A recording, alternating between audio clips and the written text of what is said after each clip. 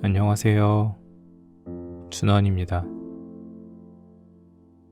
지금 밖에는 장대비가 쏟아지고 있어요. 이제 장마에 접어들어 앞으로도 이렇게 비가 내리는 날이 많을 듯 하네요. 그동안 가뭄이라 비가 내리는 건 좋지만 이젠 너무 많은 비로 인해 전처럼 피해가 생기는 건 아닌지 걱정이 됩니다. 큰 피해 없이 장마가 지나갔으면 좋겠네요. 아, 여러분은 밤에 잘 주무시고 계신가요? 저는 요즘 습한 날씨와 열대야로 인해 자다가 중간중간 깨서 잠을 설칠 때가 많아요. 7월부터는 전기요금도 오른다고 하니 에어컨을 마음 놓고 켜지도 못하겠고,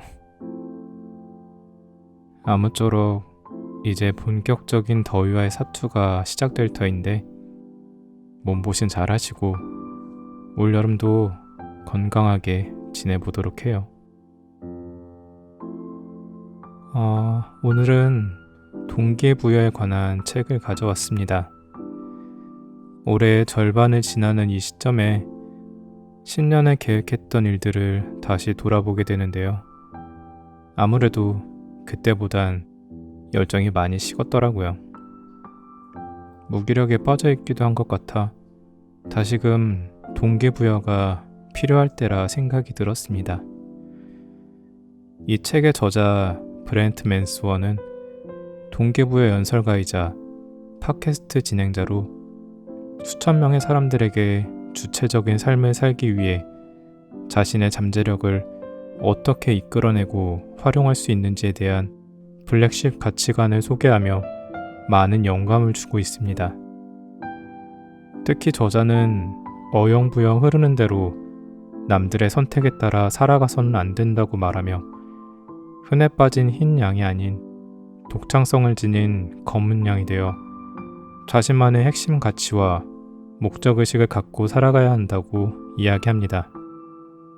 이 책은 우리의 핵심 가치를 실현하고 성공을 향해 발걸음을 움직이게 하는 실질적인 지침서가 되어줄 것이며 외부로부터 영향을 받거나 외부의 압력에 의해 변화하는 것이 아닌 오로지 스스로의 잠재력을 통해 성장할 수 있음을 깨닫게 합니다. 우리는 자신의 인생에서 절대 지켜야 하는 핵심 가치와 그렇지 않은 것들을 정확하게 구별해내는 방법을 일깨우게 될 것이며 확실한 목적의식을 갖고 산다는 것이 얼마나 놀라운 삶인지를 경험하게 될 것입니다.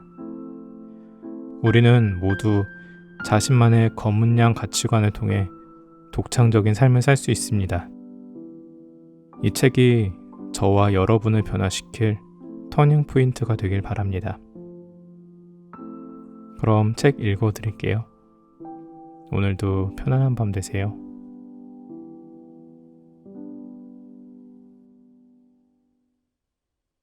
의식적으로 어떤 일을 하기 위해서는 자신의 목적이 무엇인지 핵심 가치를 명확히 정의해야 한다.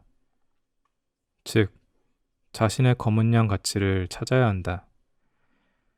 대부분의 사람들은 책임지기를 싫어하므로 그렇게 하지 않는다. 책임은 우리가 사랑하는 무한한 자유와 정면 충돌한다. 그러나 만약 당신이 자신의 검은 양 가치를 발견하지도 못하고 그것을 활성화하지도 못한다면 의식적으로 행동할 수 없다. 결국 자신의 핵심 가치를 정의하지 못한다면 당신은 무의식적인 창조자로서 계속해서 즉흥 연기를 하며 살아갈 수밖에 없다. 19세기 중반에서 20세기로 넘어갈 무렵 미국의 인구는 폭발적으로 증가했다. 국가로부터 제공받은 무궁무진한 기회 덕분에 시간과 돈의 여유가 생기자 미국인들은 그 둘을 소비할 방법을 찾기 시작했다. 때마침 연극의 인기가 높아지고 있었고 사람들의 유흥 수요도 증가함에 따라 이에 부응하고자 미국 내에 수천 개의 극장이 들어섰다. 이 무렵 배우들은 수많은 배역을 소화하느라 애를 먹었고 병이 났거나 준비가 덜 된 동료를 대신해서 수시로 무대에 서야 했다. 연극 공연 특성상 마지막까지 돌발 상황에 대비해야 했으므로 배우들은 공연이 진행되는 내내 무대 뒤에서 대사 연습을 해야만 했다. 배우들이 무대 뒤에서 미친 듯이 대사를 외운다고 해서 이런 관행을 즉흥 연기라고 불렀다.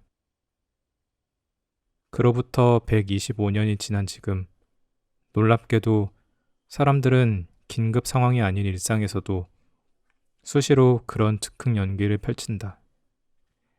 즉, 자기 안에 깊숙이 뿌리를 내려 인생의 길잡이가 되어주는 핵심 가치에 따르지 않고 한바탕 휘몰아치는 감정의 소용돌이에 휩쓸려 성급한 결정을 내리고 마는 것이다.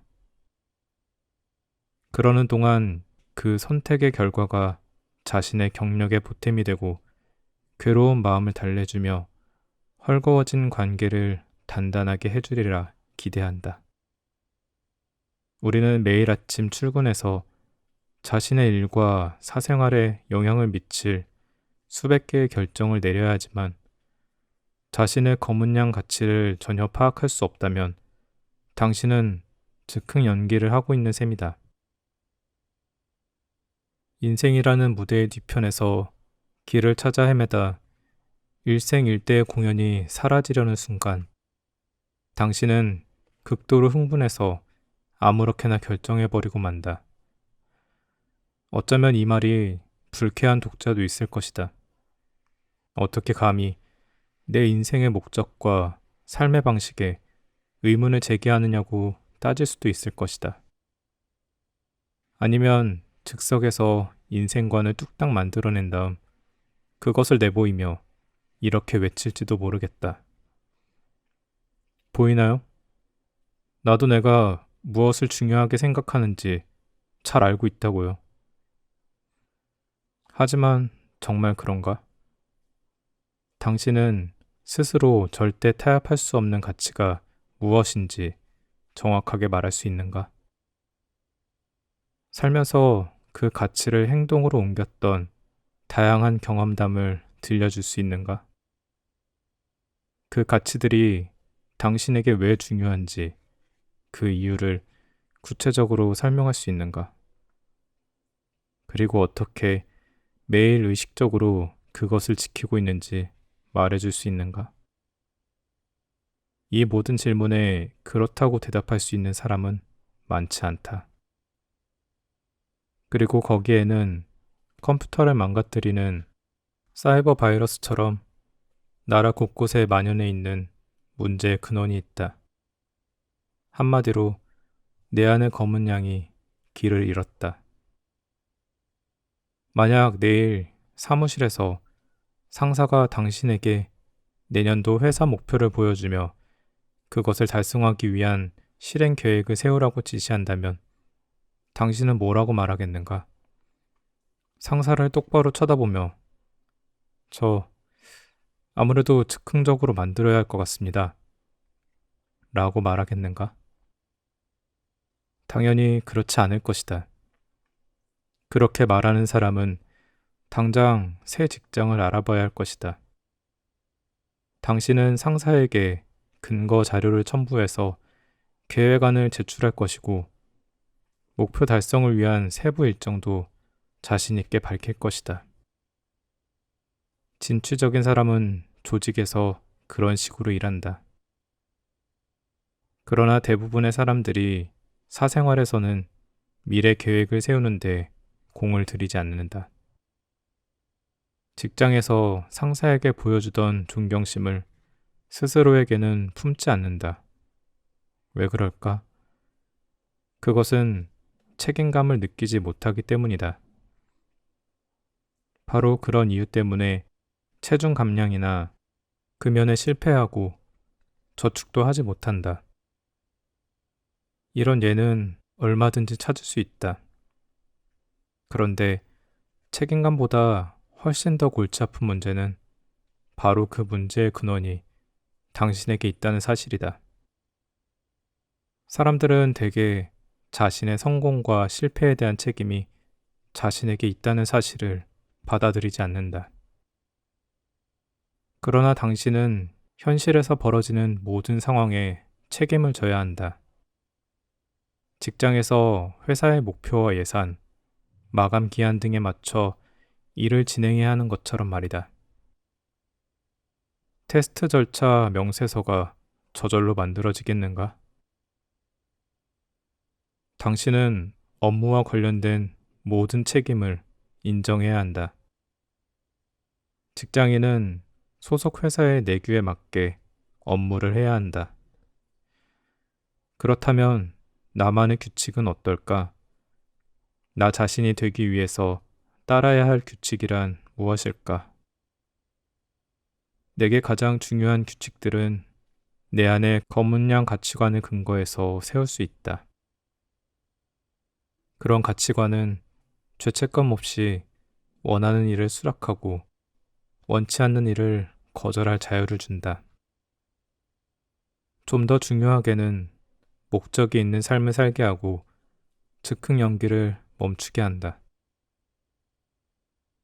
인생에서 다양한 변화를 경험하기 위해서는 목적을 세우는 것과 목적에 따라 행동하는 것의 차이를 명확히 이해해야 한다. 목적 의식을 가져라. 지난 20년간 나는 대부분의 시간을 음악과 관련된 일을 하며 보냈다. 사실 나는 락스타를 꿈꾸며 음반 계약을 맺기도 했고, 기독교 음악 시장에서는 포트페스터라는 그룹의 리더로서 전 세계를 누비며 연주 활동을 벌였으며, 그 후인 2009년에는 JT 킬과 함께 대중적인 블루스록 밴드인 빅캐틀 드럼을 결성했다. 2017년 여름 우리는 더 텍스톤스 멤버이자 전설적인 가수들의 음반을 제작했던 칼라 올슨과 5번째 앨범인 I Thought You'd Better를 녹음하기 위해 로스앤젤레스에 갔다. 순수주의자였던 나와 JT는 우리의 독창적인 톤을 앨범에 담아내고 싶다는 욕심에 올랜도부터 로스앤젤레스의 녹음실까지 장비를 차에 싣고 직접 운전해 갔다. 무더운 한 주가 지나는 동안 우리는 건반주자 베리 골드버그, 베이시스트 토니 마시코, 드럼주자 돈 해핑턴 등 전설적인 음악가들과 녹음을 진행했다. 우리에게는 이런 유명 연주자들과의 작업이 일생일대의 경험이었다. 한번 찾아보라. 이들이 지금까지 함께 작업한 연주자들의 면면을 보면 이 녹음 작업이 얼마나 놀라운 사건이었는가를 알 수 있다. 녹음을 마친 후 우리는 도저히 믿기지 않았던 경험의 여운에 취한 채 국토 횡단이나 다름없는 긴 귀갓길에 올랐다. 밤새 운전 후 새벽 6시가 되었을 즈음 뉴멕시코주 경계를 지날 때였다. 떠오르는 해 때문에 앞이 잘 보이지 않았다. 긴 거리를 운전하는 내내 도로에는 우리 차만 보였다. 그런데 아니었다. 한 대가 더 있었다. 바로 경찰차였다. 경찰관이 차를 세우고 우리 차로 걸어오는 동안 나는 긴장해서 JT에게 대체 왜 경찰이 우리 차를 세우느냐고 물었다. 나는 과속으로 주행하지도 않았다. 그럼 미등이 나갔나? 아니면 자동차 번호판 스티커가 만료됐나? 혹시 저 경찰이 우리 차 트렁크에 시체가 있을지도 모른다고 생각했을까? 지금 1차선으로 주행하신 거 알고 있나요, 선생님? 경찰관이 물었고, 그때 나는 이렇게 생각했다. 그랬나? 그게 뭐 어때서? 어차피 주변에 차도 없는데. 경찰관이 다시 말했다. 우리 주에서는 추월할 때를 제외하고 1차로 주행은 위법 상황입니다. 나는 몰랐다고 대답했고 다행히 경고 조치만 받고 현장에서 벗어날 수 있었다. 나는 재빨리 차선을 바꾸고 집까지 가는 내내 절대 차선을 변경하지 않았다. 이 이야기의 요지는 이렇다. 나는 우리가 가고 있는 길과 최종 목적지를 알고 있었다. 목적지에 도착하기 위한 계획은 있었지만 어떤 목적의식을 가지고 행동하고 있지는 않았다. 즉, 그때 나는 멍한 상태에서 맞는 방향으로 가고 있었지만 교통법규는 무시한 채 잘못된 차로로 주행하고 있었다. 이 일화는 많은 사람이 인생에서 무언가를 선택하는 방식을 잘 보여준다. 자신의 핵심 기준을 지키지 않는 사람은 어떤 일에도 스스로 책임지지 않는다. 자신의 규칙을 잘 아는 사람이 일부러 그것을 어기겠는가? 규칙을 알고도 규칙 위반을 즐기는 사람은 별로 없다. 자신의 규칙을 지키기 위한 첫 단계는 그 규칙이 무엇인지 제대로 파악하고 의식적인 창조자가 되어 인생을 사는 것이다. 무의식적인 창조자는 원했던 방향으로 갈 수는 있을지언정 의식적으로 목적지에 이른 것은 아니다. 그러므로 목적지에 도착하려면 행운의 여신이 찾아와 끝까지 함께 해주기를 기도해야 할 것이다. 당신은 그런 삶을 원하는가? 순전히 우연과 행운에 기대는 삶을. 맹목적으로 남의 꿈이나 쫓는 다수의 흰 양이 되고 싶은가? 그렇다면 그저 목적만 있으면 된다. 하지만 단순한 목적이 아닌 목적의식이 분명한 삶을 살고 싶다면 내 안의 검은 양을 찾고 그 내용을 파악해야 한다. 목적의식은 자신에게 중요한 여러 가치 중에서 절대로 타협할 수 없는 것을 구분하게 해준다. 장담하건대 만약 중요한 것의 목록을 빠짐없이 작성해서 그것 모두에 똑같이 우선순위를 부여한다면 당신은 우왕좌왕 갈피를 잡지 못할 것이다. 중요한 가치가 50개라면 어떻게 그것들을 전부 지킬 수 있겠는가? 그렇게 하는 사람도 없지만 그렇게 할 수도 없다. 그런데도 그렇게 하고자 노력한다면 자신의 완벽한 목적이 어긋났음을 깨닫고 부족함과 부끄러움, 그리고 우울감과 불안감을 느끼게 될 것이다. 이제 자신을 무리 가운데서 돋보이게 해줄 가치를 찾을 준비가 되었는가? 자신이 가진 힘을 변화시킬 생각이 있는가? 내 친구 중 하나는 이따금 나눔기간이라는 말로 나를 자극하곤 하는데 그 시기는 나보다 다른 사람의 어려움을 먼저 살피는 기간이다. 스케줄이 빼곡한 사람은 숨이 막혀서 삶을 향상시키는 일들에 시간과 에너지를 쏟기 어렵다. 이런 상황을 내 친구는 이렇게 표현했다. 네가 사다리를 한 단 한 단 오를 때마다 새로운 기회가 생겨. 그러나 발판에 발을 안전하게 올려놓기도 전에 밑에 있는 사람들을 끌어올리려고 손을 뻗으면 그들의 무게 때문에 도로 아래로 떨어질 거야. 다른 사람을 제대로 도우려면 때로 자기 자신을 먼저 살펴야 한다. 자신의 잠재력을 충분히 활용할 수 있을 때 사랑하는 사람들과 세상에 미치는 영향력이 극대화된다.